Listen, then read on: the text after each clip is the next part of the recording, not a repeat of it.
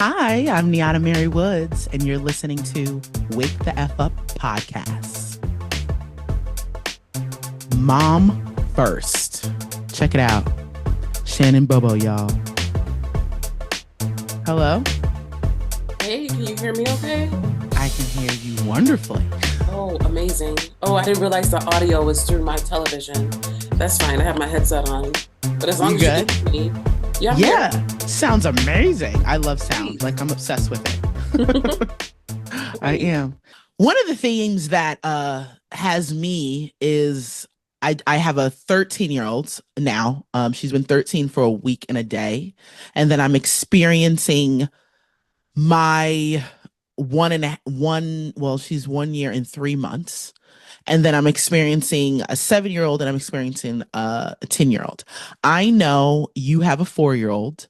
Okay, so I am Shannon Bobo Cordeaux, or I like to say Mrs. Cordeaux to you fools, because I'm totally embracing being a modern day wife.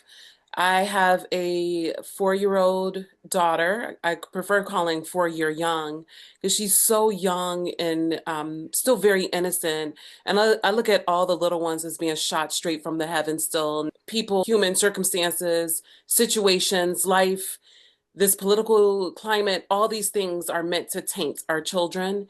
And the reason why I prefer to say young is to remember that she's young. She's 4 years young, meaning that she hasn't, and I refuse to allow her to be tainted. Now, that's not barring her from everything that's going on, but not allowing her or anyone to put their opinions onto how they perceive these things onto her. So she's my baby, originally from Chicago, the South Side, and I grew up in Evanston, which is the North Side. So I've always considered myself street but sweet because of my upbringing. Parents were divorced and we split time between, I grew up half and half, halfway Chicago, halfway in Evanston, Illinois. And then 18, completely on my own.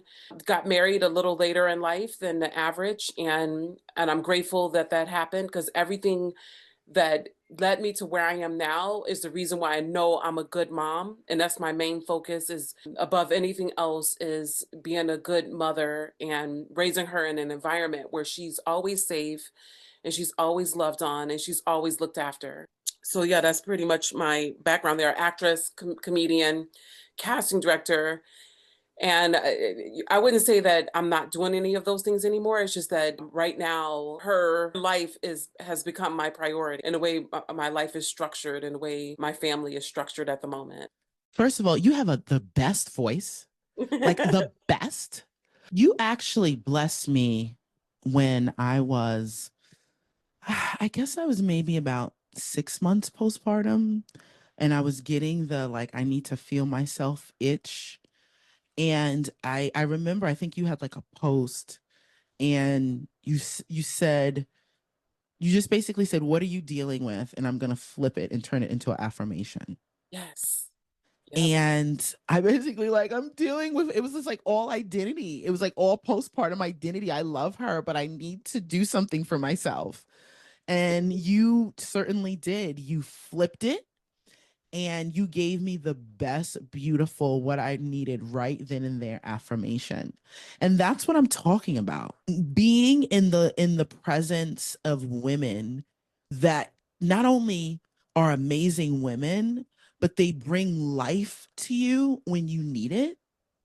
It's so easy. I was just having a conversation with my therapist because my husband and I are taking about 6 month break from what we see right now from our relationship therapist. He has an individual therapist. I was working on getting an individual therapist. I do better with more like mentors and coaches, even though I've had years of different therapists.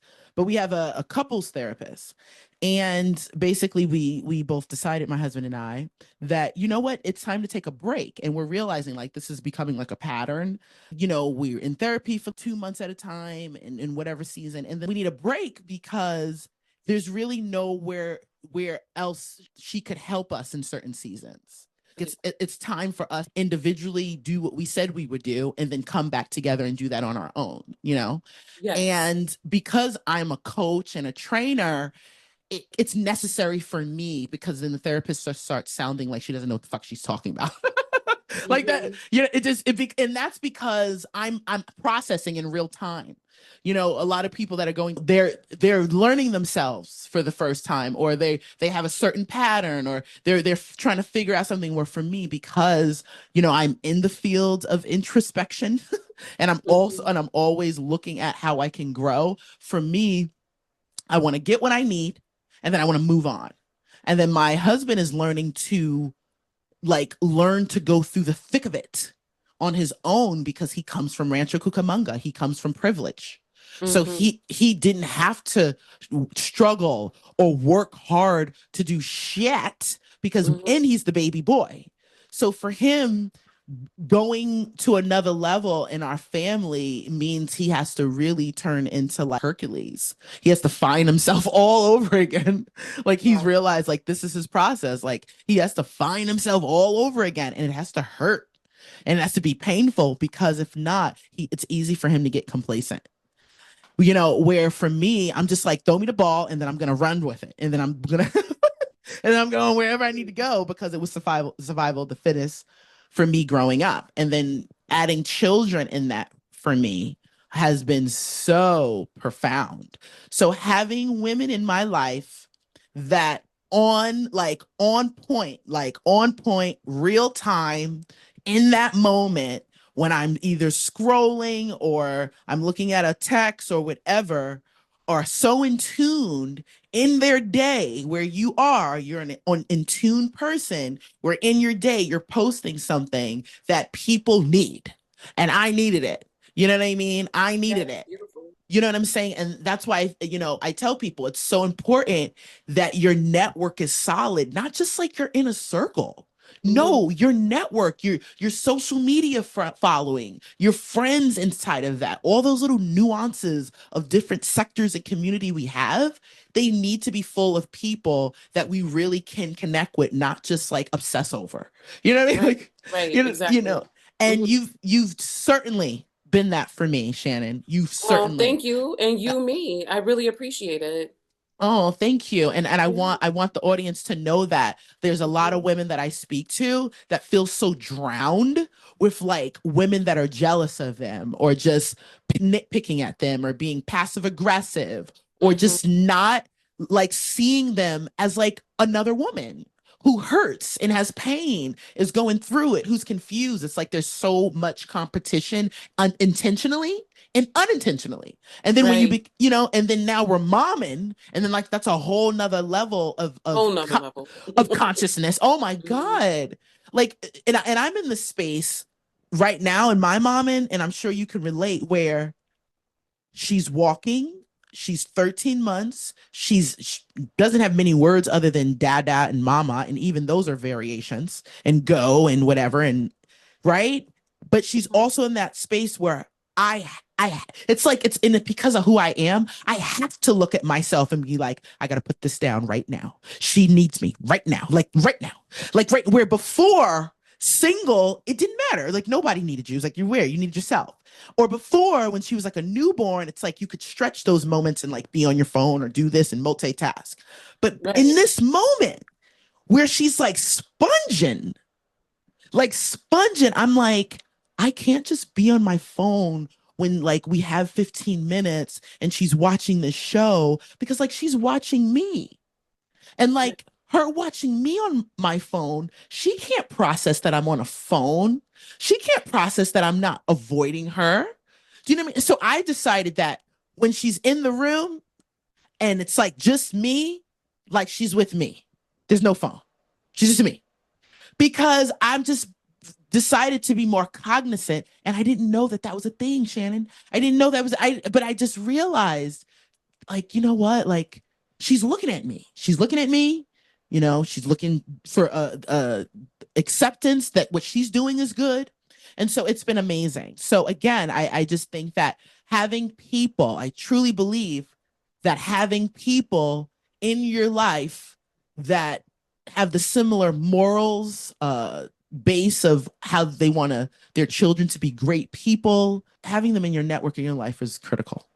One question I have for you: So she's 4 now, right? Yes. How are you dealing with, because I remember growing up, I don't think anybody cared what was going on around me. Now there was the attribute of I did have, I had functioning substance abuse going on around me. So that was a thing. And especially growing up in the 80s and 90s, being a functioning anything was like impressive to everyone. It was like, oh my God, you're a functioning cokehead. That's amazing. Like people, you know what I mean? It's like anything functional, you were like, Al Pacino, you know what I mean? You were like Scarface. It was like people just thought that was so cool that you can get shit faced and be functional. Now, was there a grit that came out of it where you handled your stuff that I feel like a generation that came after us, it's like so whiny. You got up. It's like if you were hungover or if you just like you were crying over your boyfriend, you got up and you did what you needed to do. However, I do feel that clearly there was a dysfunction in all of that. I want Mm. to know for you, how do you embrace your daughter being in this world and dealing with the different things that she may hear from the television, from people talking, being in a restaurant, walking down the street, from the radio, her just hearing things that maybe now she's not necessarily asking you about, or something she's asking about, or just not even asking you about, but just how do you cover her ears? Or how do you also unpack different things for her at her age that you're just like, well, this is not necessarily age appropriate, or this might need to be explained. How do you deal with those things right now at her being 4? Well, I try not to sugarcoat things. I say it in a way that I feel listen is in her listening. For example, we've been having this very challenging situation for many years. We're in LA, Hollywood, right? And I'm being very mindful how I say this because it's a legal thing. So I'm gonna dance around it because I'm only stating facts. It's been a challenging relationship we've had with our neighbors who also own the place that we're at, and they have girls her age, and my daughter has expressed a desire to play with them. And it's nothing, we haven't done anything wrong. It's just that it's again, we rent control and I say no more. Usually when I say that, people say no more. So it's been like this situation for many years. And so this is like a big example of this is kind of the sign of the times. This is kind of like a capitalism thing. This is kind of housing in Los Angeles and California sort of situation here. And I know I'm being honest about it. And I know that there's no legal ramifications for me sharing this other than to say I just flat out tell her her parents have been unkind to us, to your parents. And so it's not, I say, and it's not because they're bad people, it's because they're not in their, what happens when people, this is what I tell her all the time. What happens to Gaston or Ursula? I don't shield her away from Disney characters the way I know some people do. They're like, no Disney, da da da da. I'm like, actually, there's some great lessons with Disney if you, it could be teachable moments. So I just say, don't you know how like some people are just not in their hearts? So she knows to say that. I say they're not in their hearts. Because if someone was in their heart, it would be an easy thing to never involve the little ones in adult matters. And I mean, especially during COVID years, they all grew up in the same house and it's just insane to think about that. So that's one situation that is a result of the sign of the times that I have not been afraid to address with my daughter. So I didn't want to tell her because she hears them playing. Our walls are very thin. I'm pretty sure they could probably hear me right now, but I've given up caring at this point because it doesn't matter. I'm like I'm such a people pleaser. I've learned some great lessons as a people pleaser, recovering people pleaser, to not worry about anything, but just to stay in the confines of within the law when it comes to them. And so, and that's all I did with my daughter. And and so she hears them playing and then she's like, oh, I want to go over and play. And we play with her too. And I'm sure they hear us because again, the walls are thin. And then I just tell her that. And it's not a permanent thing. I say it could change, you never know. But in a now of all now moments, that's what's occurring. And I also make sure that I offer her this because at the same time, like almost immediately, I said, but you know, the good news is I said, you have so many people that love playing with you and your family. You have so many friends that she goes to daycare a couple hours a day, a couple days a week only. Just now, that only started 2 months ago. Otherwise, she's was with me all day, every day for a majority of her life, 4 years of her life, basically. Um, a week before she turned 4 is when she first started daycare. And so she was with me the entire time, all day, every day. So I just told her, I say, just think of all your little friends at school, your church. My best friend has 5 children under the age of 9. So she has built in 3 friends, 3 girlfriends that are around her age.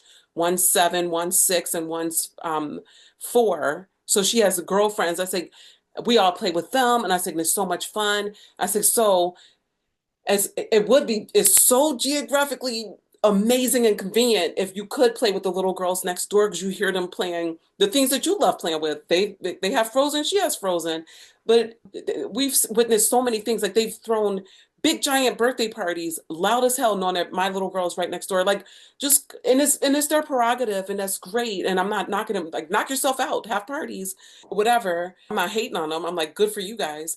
But during those times, I don't even know if my daughter was aware that they were even having them. I just shielded her from it.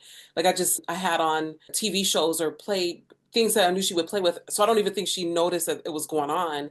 And then usually we have something to do during the day anyway. So we probably, you know what I mean?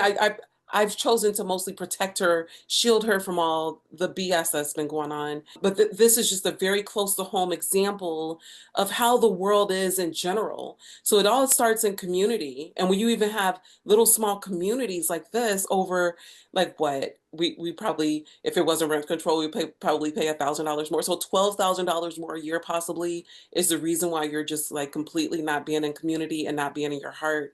But that's capitalism, and that's just the way the world is. And just remembering and reminding her constantly when I tell her about how people aren't in their hearts, because I'm not going to sugarcoat that for her.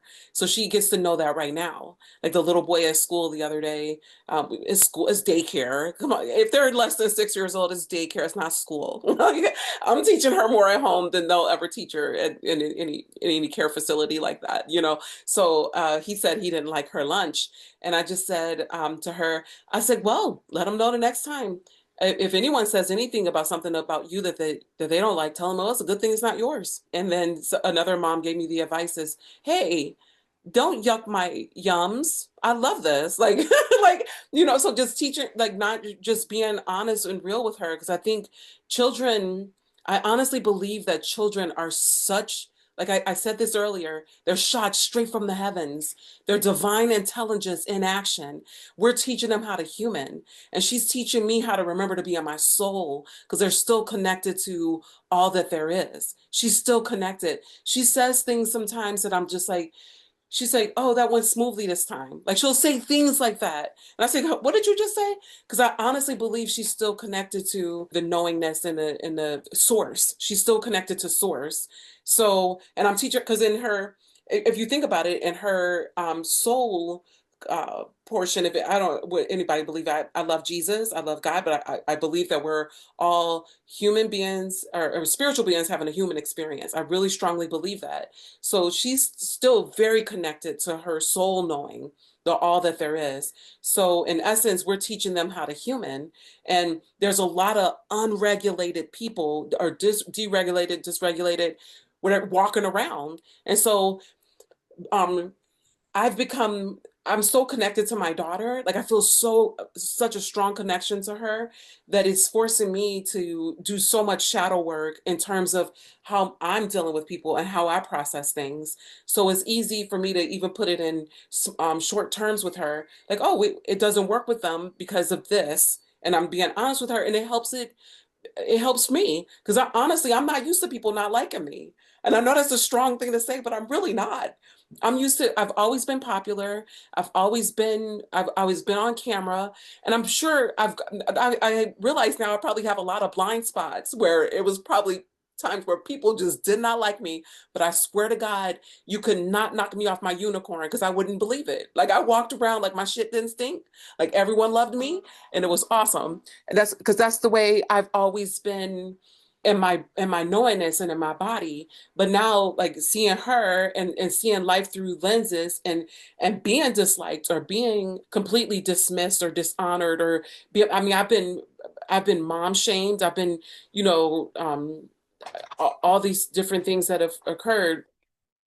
And as a result of this situation that I've been dealing with for many years, but it's teaching me how to reframe it and how to view it differently in order to raise a girl, to shield her from the petty drama that goes around it, and to have her know and have her remember that who she is no matter what. And that she deserves safety, she deserves security, she deserves love, she deserves knowing that her parents would do anything for her. And that includes, I mean, like what we've been dealing with. Because if we could, you know, I've had people tell us just leave, just move, and I'm like, well, it's easier for you to say if no one's handing you over 20K to, because that's how much it costs. Like we did all the paperwork. That's how much it will cost. Not to mention a rise in rent, all these other different things. So that is a form of us looking after ourselves and our family and her by saying, okay, this isn't as soon as we can, as soon as we're in a position, we will definitely make the move that we can because we don't want. So we've learned how to sugarcoat, create like a beautiful bubble around a toxic situation because you can't like wherever you go, there you are. So it's like there's always going to be challenges. There's always going to be people that you experience, and it's like how you are in being, how you deal with it is how you. We're also teaching her resiliency and all these things, and it's all good. All of it is good. Oh, this is really uncomfortable, but I know this is working out for me.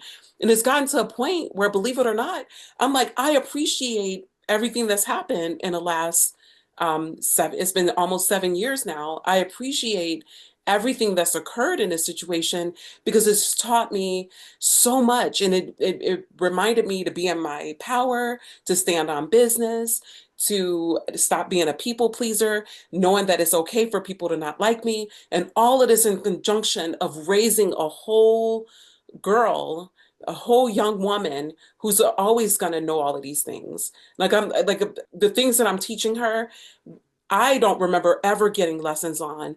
I remember having to learn them, navigate them as an adult. And now I get to be a way shower for her. And I'm not, sometimes I'm off the mark, but honestly, I am damn proud of the job that I do at momming her. She's been my greatest teacher, my greatest spiritual advisor, the most loving little creature I've ever met in my entire life. And it's just sometimes it's just a smile, sometimes it's just the little things that she says out of nowhere that I'm not even expecting, and sometimes it's just the sound of her little voice because she is living up to her name. Her name is Melody, and she is a little songbird, so she'll just sing out of nowhere, and it just lifts my whole heart. So and I'm very very grateful. So navigating being her mom in this chaotic world is just truly a gift from God. You know, like I'm just so grateful that I have the honor and the pleasure of just being a witness to how I get to learn and reparent myself through raising her. And I'm so grateful that my husband and I are pretty much on board when it comes to many things when it comes to her.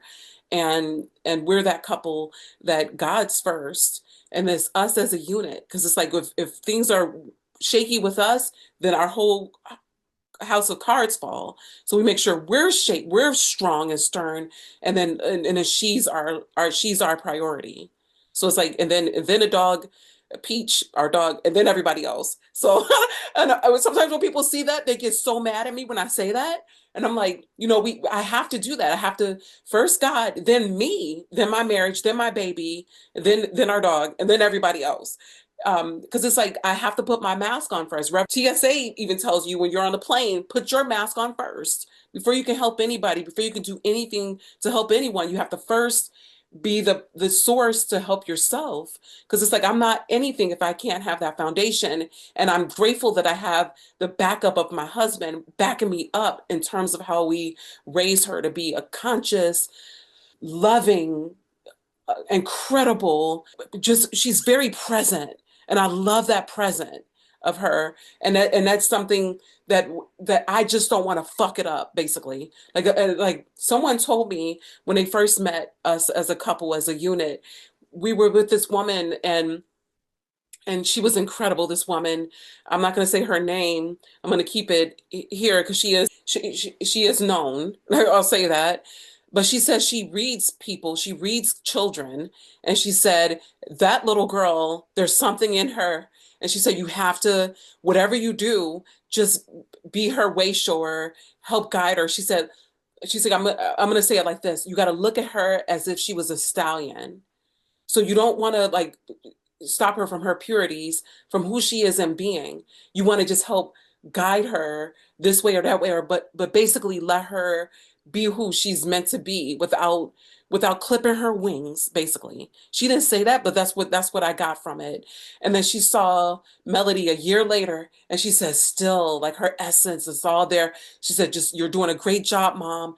Keep allowing her to express and be who she is, and and we talk to her. Like I've always talked to her. I've never baby talked Melody ever. Like it's never been goo goo goo goo. Like ooh. Like don't you hear how parents, and I love Miss Rachel, but she does it a little bit too much too. Like, did you smile? Like talking to a kid like that. I've never talked to Melody that way. I've always talked to her as if she was a conscious, well-knowing being who is just learning how, like almost like she's an alien that just got here and I'm just teaching her what we do as humans, but she's already divine intelligence and form. And so that's my intention, is to basically, I see it often where people just, their kids just become like them. They're just like, their perspective and I'm like, that's not my job. And plus, like, I feel like I'm rewiring, relearning, and readjusting who I am and being, because I don't even recognize myself from even, if somebody said they knew me 5 years ago, I'm like, you don't know me, because you don't know how I've transformed in the last 5 years. And it forced me to really look at myself, like I said earlier, how I'm not used to people not liking me. I'm like, well, now that I look back, I'm like, oh, there's been tons of times where people didn't like me, and now I see how. I saw it in previous relationships, I see it in old girlfriend friendships, I see it in my dynamics with my family, my parents. I said, there's been a lot of times where people really didn't like me and I didn't even realize it. I just kind of sugarcoated it and still did my best to try to appease them or make it good, or love me, love me. Like that was my thing. You always look at what people do for a living is usually as a result of what they're trying to get. Like for me, it was an actor, stand-up comic. Please laugh at my jokes. Please laugh at my jokes. Please book me. Please hire me. So all of my work was dependent on how other people perceived me, how people saw me.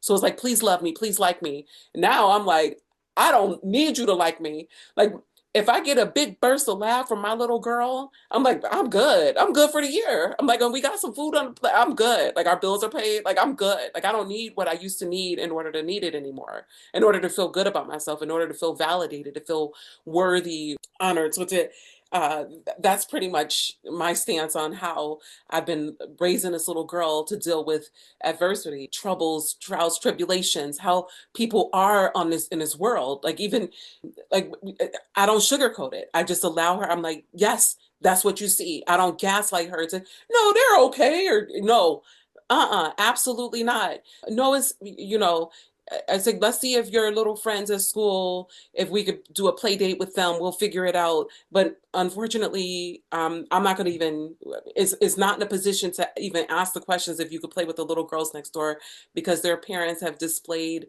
behaviors of inequality, unkindness, and just really trying to disrupt our family. Because and no one ever does anything out of cruelty. I honestly believe it's all out of love. I don't even believe it's out of cruelty. It's because that's what they feel like they need to do in order to help themselves and move up the capitalist ladder, or whatever it is that they're Right, right. It's attempting to do. self-love.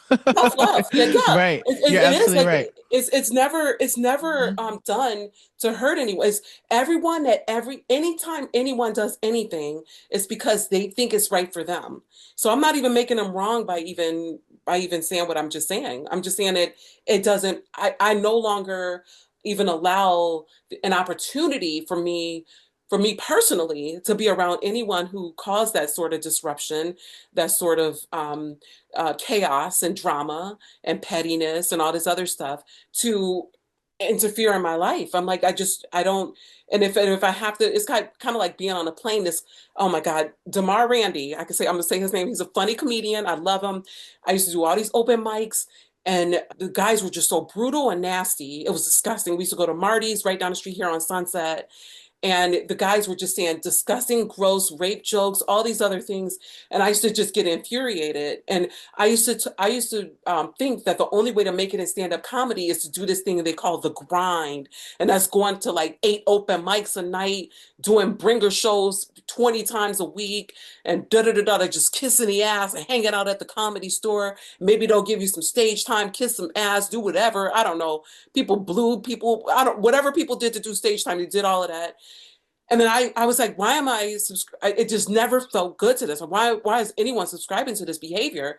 And then Damar Randy just said, because I used to curse them out. I used to just go off because I hated it. And some of the women that were doing comedy just roll right with it. And we're rolling with the guys and acting like guys a little bit and just being weird. And he would say, he said, if you're in a situation where you can't get out of it, he said, say if you're on a plane, I'm using the plane again, okay, Reverend Michael, now Damar. He's like, if you're on a plane, you can't leave the plane. He said you could tune them out. And this is some knowledge that Damar was dropping on me. This is some Nelson Mandela shit. Because they even asked him how did he survive 27 years in prison, and it's like he was never imprisoned in his mind. So that's what Damar Randy was dropping on me that day. He said you could just go in your head internal and just know that they can't block you from what if you're on a plane and you can't get out. You could stop them from being in your head, and you could just think of something else and focus on that. And he said, or in this situation, Shannon, leave. If it's making you that uncomfortable, you don't have to stay here. And he was right. And I stopped going to Marty's after that. I was like, why am I going to Marty's? I created my own little show with one of my comedy writers, my best friend who has the 5 kids. And we've been on a break because we've been having babies. Well, she's been having most babies, and I have my one baby that's all my focus. But we're still writing, we're still doing things still. And it was a revelation for me. You don't, so in this situation, like we would ideally like to leave, but if you're in a situation where it's not ideal to leave, like the looking at the numbers, it makes more sense. I'm like, we call it the petty tax. So whenever they do anything petty, it's like, oh, well, that's the petty tax that we have to pay. So anyway, that's just how we shield her, and how we like have created this bubble of safety. Like she will always know that she's safe. She will always know that she was loved, and she will always know that her parents always did her best, because it is a big sacrifice to choose what we're choosing as far as raising her.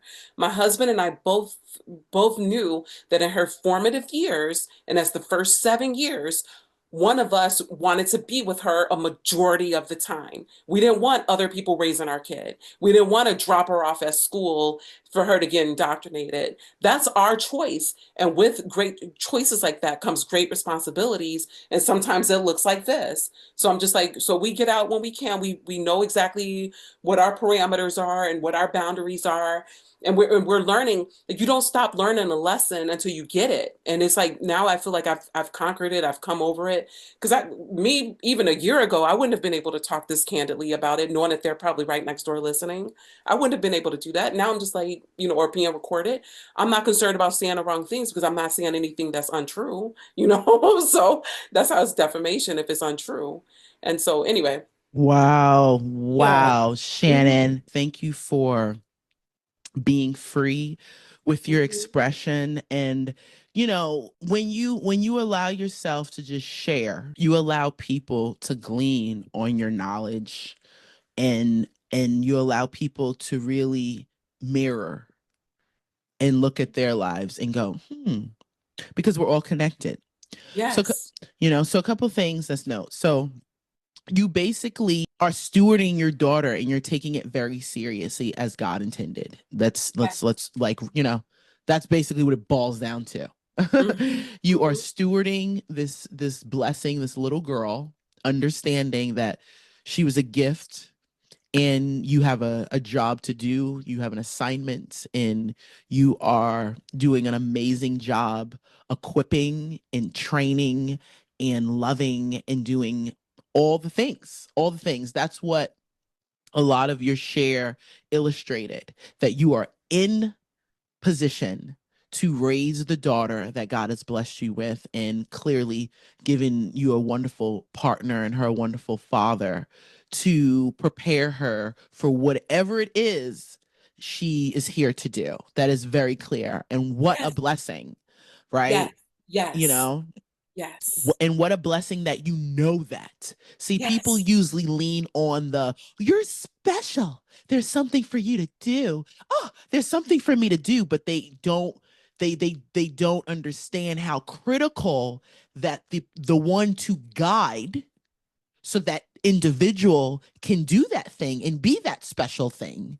How critical it is for you to have that armor of a person, community there to help ping pong you exactly where you need to go.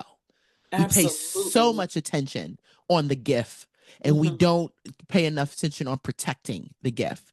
So your communication, your share, uh, solidified, right? Exactly that. I am here to protect this gift that I've been given, and I'm doing that. I'm doing my job. I don't take this lightly, and this is what we're doing. I commend you on that. Thank you. Now, the conversation with the tenant landlord situation, so loaded, because what I heard was occupying, right? You're Hmm. occupying a space that you're in, you're at your post, you're doing what you need to do, you're taking territory, right? And you're on assignment, not just for your daughter, but for your life, right? Because it began Yes. with you. Yes. I'm assuming that you were there before she got there. Yes. Yeah. Yes. So Yes. you're an assignment. So what it sounds like to me is that the friction that is right next door, which is fascinating because that's tension that people can't ignore, right? Hmm. That's Hmm. a tension people can't ignore. That's the type of tension that people do dumb things in, you know? Oh yeah. That's that Oh yeah. type of tension. You messed up. That's the type of tension that mess you all up. You Oh know? yeah. You know, Hmm. you Oh know, yeah. because you've been in it. So Hmm. what does that tell me? That tells me that you're a big fish. Okay. Hmm. Greatness has been thrusted upon you. That's what it tells me, because it don't make any sense you being in a situation with that much friction. It's the paradox of life, because you Right. can tell another person to what, get the fuck out, move, leave. Another person, they gotta go immediately, right? I can imagine the things that you dealt with. I can Oh my imagine, God. You because don't of even level, want the clarity. See, to. right? The biggest gift of life, the biggest gift of life is clarity, because Hmm. clarity is loaded. Loaded. What comes into clarity? God. Right. Clarity. Hmm. The clarity means God. You got some clarity? Clarity where you got peace? Oh, I know exactly what's going on. I got peace. So the type of tension you're in, only warriors stand in those type of spaces, right? So you're Yes. occupying. So as you occupying, God then brought you a cub to bring in that space, right? Yes. So he Yes. brought you a cub to bring into the storm and didn't relieve you from the storm, right? Right. Yeah. So I had right, questions about that. I was like, God, what's up? right. So there was no relieving. Yeah. And when there's no relieving, that means you have to stand and you have Yes. to occupy. And so Yes. that's what you're doing. And so Yes. you have, and it's it's funny in the sense of, yeah, you couldn't parent your daughter any other way, because she's in it. It's like Hmm. it's you know what I mean. It's like in being in the street. It's just like, I'm not gonna act like I'm not clutching my purse. Like, clearly my kid sees me Right. clutching my purse. Yes. Yes. Clearly, Yes. they're gonna wonder why I'm clutching my purse. I gotta tell her, you clutch your purse when you're in these streets. Okay, somebody can Hmm. come up on you. I was in it when I think I was maybe 6 years old, and my uncle was picking me up to bring me to school, and there was a lady running down the street saying, "Help! Help!" Some kid just grabbed her purse on the way to work. You know what I'm saying? So it's like, you clutch your purse for a reason. So you teach. So you're not like you said. You're not. And it's funny because you'll hear back in the playback. You said I'm being real with her. I'm letting her know that they don't treat mommy very well. They don't treat daddy very well. So you're Mm-hmm. doing multiple things by doing that. It's like the first step of armor. You're telling her the truth. Listen, like it's so loaded because it's like, listen, you have to be real. And this is a thing I have. There's a whole philosophy I have. There's difference between real and honest. But you have to be real with her because she's in it. Mm-hmm. It's not something where it's where she's like, when you go to school or you're going to the aunt's house or you're going to the store. No, she's in it. Mm-hmm. It is a part of her immediate existence. And what's fascinating is that God knew that the only way she would get this type of training was then put you two in this situation because Yes. there's a reason why she needs this type of training. Now, even thicker to that, it's not even just training. It is like you said in different ways as you were talking, it is truly the way to keep her in sync with the source, to not contaminate what has been blessed, right? To not Yes. contaminate. Because that's what happens. That's really what happens. As we grow up, we are conditioned by whatever spiritual attack is on our life, attacks us, and then we lose whatever those things are we should have for our purpose in life and the reason why God put us here. And what you eloquently shared was literally the manifestation of stewarding a child in which it will grow to be the very thing it was crafted to exist for.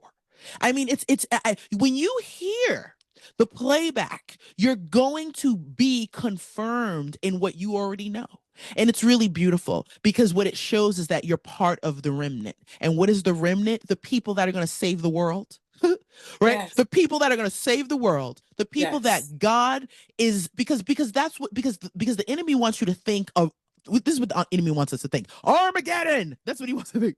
He wants us to Mm-hmm. all drown in Armageddon. That's what he wants to do. Mm-hmm. And he wants us to be focused on the end, and he wants Christians to be focused on Jesus coming. I don't know why. I don't know why. You know what I'm saying? Because I don't feel like I'm going to die in a drastic way. I don't. Mm-hmm. Now, may other people? Sure. But I know who I am. Like you know who you are. That's why you eloquently were able to articulate how you're raising your daughter, which is Mm-hmm. very kingdom. And what did Jesus main teachings that they allow us to know and didn't know that God was allowing them to know and they didn't know really why? Because the kingdom of God, it was about the kingdom of God, which is inside of us. You are showing your daughter in teaching and training and loving kingdom principles onto her, which the first is self-respect. When you telling her that they don't treat you kindly, you are teaching her the first lesson of defense in the armor of self-respect. Because how will she respect herself if the ones who are protecting her aren't respecting themselves? You need to understand when you say that you're not who you used to be, you need to understand that's not a lie. Mm-hmm. You get it, Shannon. You get it, but do you get it though? Do you get, like, you get it, but do you get that you're walking above the world? You're walking you're walking above the world. Like you're not in it. Yeah. You because you Shannon. Wow. And then you said, there's been times they've had parties and this and that, and we've just had to, whatever it is that's being imparted. I mean, it's almost like if every celebrity child had that type of training. Right. Are you kidding? And just saying how it's affected my peace and it has made things difficult for me and my family. And it's definitely increased stress as a mom because you don't want your kid to see you, but I had to stay on point for her. And it's taught me the importance of having boundaries, clarity, All the and things. advocating for my family. Yes. Yeah. And as And it, it's not, I'm not saying anything to make anyone wrong. It's nothing, any of that. I don't no, know what it is, what it is. It's not what it's not.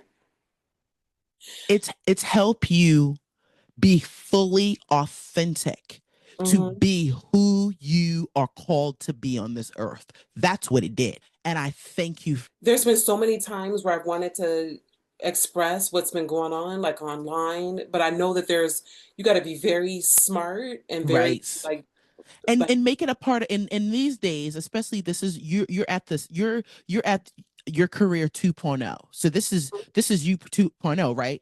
So yes. now, nothing, like, look at it this way. Nothing you do is free gives. Like, you pop off how you want to pop off, you say what you need to say, but the real nook and cranny, you make people work for that shit. You make them listen to a podcast. You make them listen to your one woman show. You make them work for the real shit. You feel me? If they want the whole details, or even for yourself, let that drive you. Let that drive your artistry. You know what I'm saying? Because listen, in 5 years, AI is going to make millions of millionaires, and we're going to be a part of that. Yeah. Why? Because you don't need certain people. You don't need certain things. You could use what AI is meant to be for, right? Like, Hmm. they try to get you scared. You see how they do? They're trying to get everybody scared so they won't use the shit. So people won't become powerful. So we won't have access. You know what I mean? Yeah. It's like, you know what I mean? Where the reality of it is, nothing can stop what God is doing. I'm feeling so grateful even in this conversation. I feel like this is a good time to be raising a kid. You guys can find me at Shannon Bobo Cordo on Instagram, and also Mom Differently. That's a platform I'm definitely pushing hard because it just gives tips on how you could do it a little bit different than the way we were growing up and the way everything else. That's super important to me is teaching people. I say mom different, but I mean dads can get on there too. But it's just that we don't have to do how we were raised and how we were brought up. It doesn't have to look that way. It could be done differently.